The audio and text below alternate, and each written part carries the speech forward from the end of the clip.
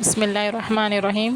ایک پیاری حدیث ہے، حضور اقدس صلی اللہ علیہ وسلم کا ارشاد ہے کہ حق تعالی شانہ قیامت کے دن میری امت میں سے ایک شخص کو منتخب فرما کر تمام دنیا کے سامنے بلائیں گے اور اس کے سامنے 99 دفتر اعمال کے کھولیں گے۔ ہر دفتر اتنا بڑا ہوگا کہ منتہا نظر تک، یعنی جہاں تک نظر جا سکے وہاں تک پھیلا ہوا ہوگا۔ اس کے بعد اس سے سوال کیا جائے گا کہ ان اعمال ناموں میں سے تو کس چیز کا انکار کرتا ہے؟ کیا میرے ان فرشتوں نے جو اعمال لکھنے پر مطمئن تھے تجھ پر کچھ ظلم کیا کہ کوئی گناہ بغیر کیے ہوئے لکھ لیا ہو یا کرنے سے زیادہ لکھ لیا ہو؟ وہ عرض کریں گے کہ انکار کی کوئی گنجائش ہی نہیں ہے۔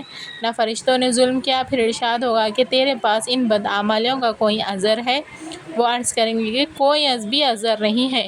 ارشاد ہوگا اچھا، تیری ایک نیکی ہمارے پاس ہے، آج تجھ پر کوئی ظلم نہیں ہے۔ پھر ایک کاغذ کا پرزہ نکالا جائے گا جس میں اشہد ان لا الہ الا اللہ و اشہد ان محمد رسول اللہ لکھا ہوگا۔ ارشاد ہوگا کہ جا اس کو تلوا لے۔